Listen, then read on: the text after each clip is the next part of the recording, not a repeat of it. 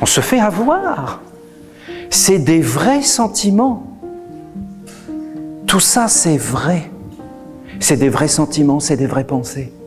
On est dans un monde collectif, on est en train de créer un égrégore.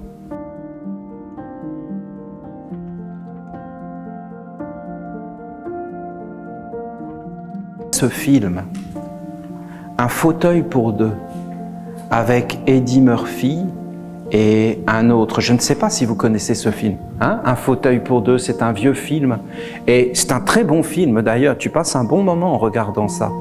Mais ceux qui ont fait ce film, ils ont voulu dire un message, parce que bien souvent, le cinéma est un art qui parle, comme le théâtre, comme ces choses. Et tu peux faire passer des messages, parce que tu peux regarder en 1 heure toute une vie. Ça peut te parler, d'ailleurs ça te parle, et ça nous influence. Et il y a vraiment là-dedans des fois des messages, et même, c'est un art de faire passer des idées, inconsciemment, et des messages subliminaux. Éveillez-vous. Je me rappelle tout à fait d'avoir vu ce film Gladiateur. C'était vraiment bien fait. Les images étaient magnifiques, on s'y croyait. Et il y en avait un là-dedans, vraiment, il montait crescendo, en méchanceté, en fourberie. Et il y avait l'autre, il lui arrivait tous les malheurs, et c'était le bon, le gentil. On en a marre à un moment donné. Et ils sont dans l'arène, et ils se battent. Et l'autre, il est cruel jusqu'au bout, et sournois. Et à un moment donné, le gentil, il l'a à sa pogne, avec l'épée près de la gorge, et tu es là, toi, et tu dis, mais vas-y. Est-ce que vous comprenez? On se fait avoir. C'est des vrais sentiments. Tout ça, c'est vrai. C'est des vrais sentiments, c'est des vraies pensées. On est dans un monde collectif, on est en train de créer un égrégore. Sans s'en rendre compte. Et après, dans la vie quotidienne, ça va agir sur nous, ça va nous teinter, et notre comportement va changer. Vous comprenez? La possession. La possession, c'est pas du tout ce qu'on croit. La possession, c'est d'être privé de sa vraie nature, de son être véritable, éternel. Alors écoutez, on va y aller doucement.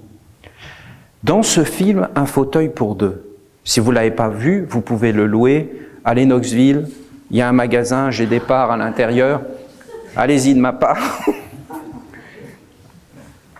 Qu'est-ce qu'il dit ce film? C'est 2 bonhommes qui sont à la bourse, qui sont dans les affaires, et ils ont une sorte de directeur commercial, et ce directeur commercial, il a un valet de pied, il a une voiture, toute sa vie est organisée. Et qu'est-ce qu'ils font? Ils disent, on peut prendre n'importe quel abruti, donc bien sûr c'est un noir en Amérique, et on peut en faire un président ou ce que vous voulez. Donc, vous voyez les idées qu'il y a derrière. Et ils le mettent là.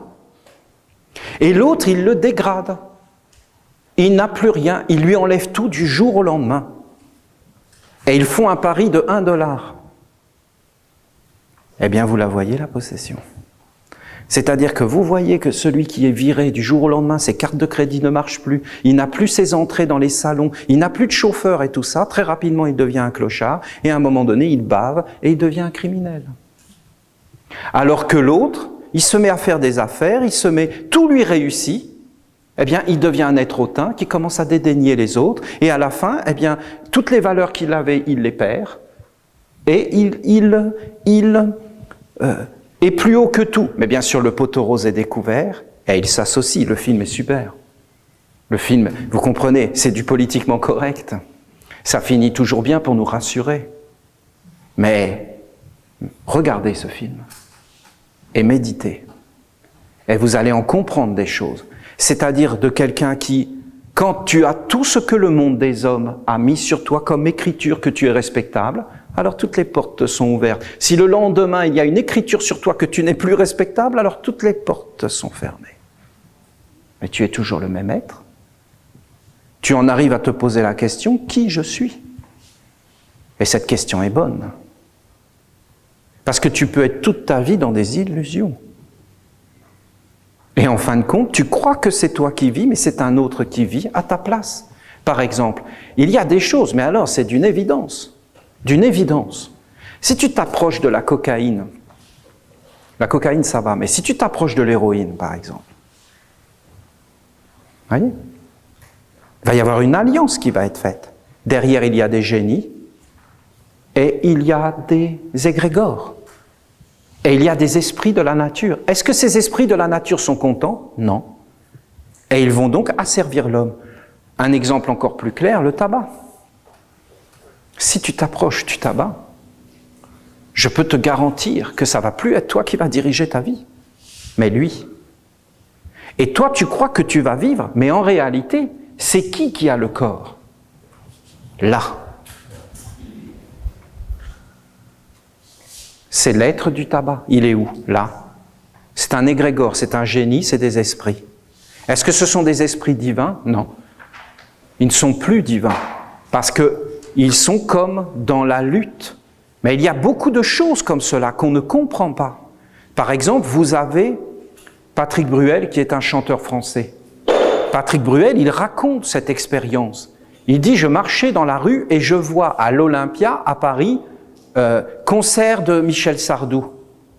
Il y va, il ne sait pas pourquoi, il ne sait pas qui guide, sait pas.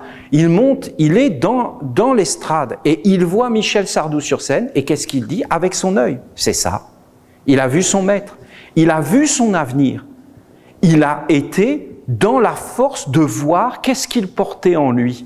À partir de ce moment-là, qu'est-ce qu'il fait?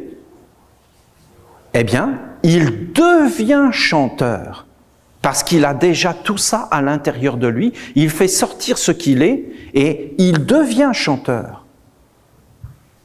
Il manifeste dans son corps, chanteur, mais en réalité, il ne sait pas pourquoi.